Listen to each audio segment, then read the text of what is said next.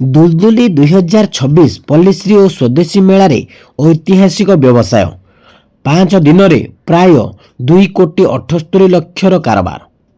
ଗତ ବର୍ଷର ରେକର୍ଡକୁ ଭାଙ୍ଗି 5 ଦିନିଆ ପଲ୍ଲିଶ୍ରୀ ଓ ସ୍ୱଦେଶୀ ମେଳାର ଦ୍ୱିଗୁଣିତ ହେଲା କାରବାର। ଝାରସୁଗୁଡ଼ା ଜିଲ୍ଲାର ପାରମ୍ପରିକ ଲୋକକଳା ସଂସ୍କୃତିର ମହାକୁମ୍ଭ ଦୁଲଦୁଲି 2026 ଚଳିତ ବର୍ଷ ବାଣିଜ୍ୟିକ କ୍ଷେତ୍ରରେ ଏକ ନୂତନ ଅଧ୍ୟାୟ ସୃଷ୍ଟି କରିଛି। ଝାରସୁଗୁଡ଼ା ଜିଲ୍ଲା ପ୍ରଶାସନ ଏବଂ ଓର୍ମାସର ମିଳିତ ଆନୁକୂଲ୍ୟରେ ଆୟୋଜିତ ଦୁଲଦୁଲି 2026 ପଲ୍ଲିଶ୍ରୀ ମେଳା ଜାନୁଆରୀ 1ରୁ 5 ତାରିଖ ପର୍ଯ୍ୟନ୍ତ ବିଟିଏମ୍ ପଡ଼ିଆରେ ଅନୁଷ୍ଠିତ। ଏହି ମହୋତ୍ସବରେ ପଲ୍ଲିଶ୍ରୀ ଏବଂ ସ୍ୱଦେଶୀ ମେଳାର ସାମଗ୍ରିକ ବିକ୍ରି ଗତ ବର୍ଷ ତୁଳନାରେ ପ୍ରାୟ ଦ୍ୱିଗୁଣିତ ହୋଇଛି।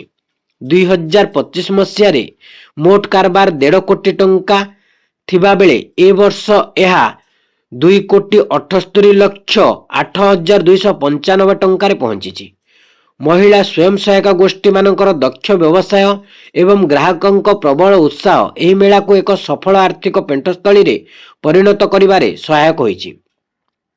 ମେଳାର ପ୍ରଥମ ଦିନରୁ ହିଁ ବିକ୍ରିର ଧାରା ଊର୍ଦ୍ଧ୍ୱମୁଖୀ ରହିଥିଲା। ତଥ୍ୟ ଅନୁଯାୟୀ ପ୍ରଥମ ଦିନରେ ପ୍ରାୟ 27,28,960 ଟଙ୍କାର କାରବାର ହୋଇଥିବା ବେଳେ ଦ୍ୱିତୀୟ ଦିନରେ ଏହା ବୃଦ୍ଧି ପାଇ 41,67,675 ଟଙ୍କା ହୋଇଥିଲା। ତୃତୀୟ ଓ ଚତୁର୍ଥ ଦିନରେ ବ୍ୟବସାୟ ଯଥାକ୍ରମେ 51,61,020 ଟଙ୍କା ଏବଂ 73,70,980 ଟଙ୍କାର ବ୍ୟବସାୟ ହୋଇଥିଲା।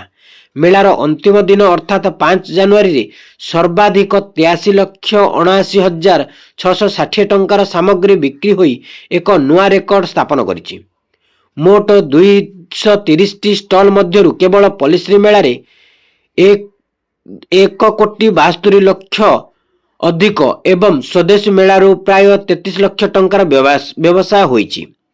ରାଜ୍ୟର 30ଟି ଜିଲ୍ଲାରୁ ଆସିଥିବା ପ୍ରାୟ 250ଟି ସ୍ୱୟଂ ସହାୟକ ଗୋଷ୍ଠୀ ଏବଂ 530ରୁ ଅଧିକ ମହିଳା ସଦସ୍ୟଙ୍କ ହାତ ତିଆରି ସାମଗ୍ରୀ ଯେପରିକି କନ୍ଧମାଳର ହଳଦୀ, ରାୟଗଡ଼ାର ଝାଡ଼ୁ, ସମ୍ବଲପୁରୀ ହସ୍ତତନ୍ତ ଏବଂ ପୁରୀର ଚାନ୍ଦୁଆ ଭଳି ପାରମ୍ପରିକ ଉତ୍ପାଦ ଗ୍ରାହକଙ୍କୁ ଆକୃଷ୍ଟ କରିଥିଲା। ଏହା ସହ ଉତ୍ତରପ୍ରଦେଶର କାଠ କାରୁକାର୍ଯ୍ୟ, ପଞ୍ଜାବର ଫୁଲକାରୀ, କାଶ୍ମୀରର ସିଲ୍କ ଏବଂ ଆସାମର ବାଉଁଶ ଶିଳ୍ପ ଭଳି ଆନ୍ତଃରାଜ୍ୟ ଶିଳ୍ପକଳାର ସମାଗମ ଏହି ମେଳାକୁ ଏକ ମିନି ଭାରତ ରୂପ ଦେଇଥିଲା। ସ୍ୱଦେଶୀ ମେଳାରେ ଉପଲବ୍ଧ ଚକୁଳି, ଏଣ୍ଡୁରି ଓ ମଣ୍ଡା ପିଠା ଭଳି ଘରୋଇ ଖାଦ୍ୟ ମଧ୍ୟ ଭଲ ବ୍ୟବସାୟ କରିଥିଲା। ଝାରସୁଗୁଡ଼ାରୁ ଘନଶ୍ୟାମ ପଢ଼ିଆରୀଙ୍କ ରିପୋର୍ଟ, ଓଡ଼ିଆ ଭାସ୍କର।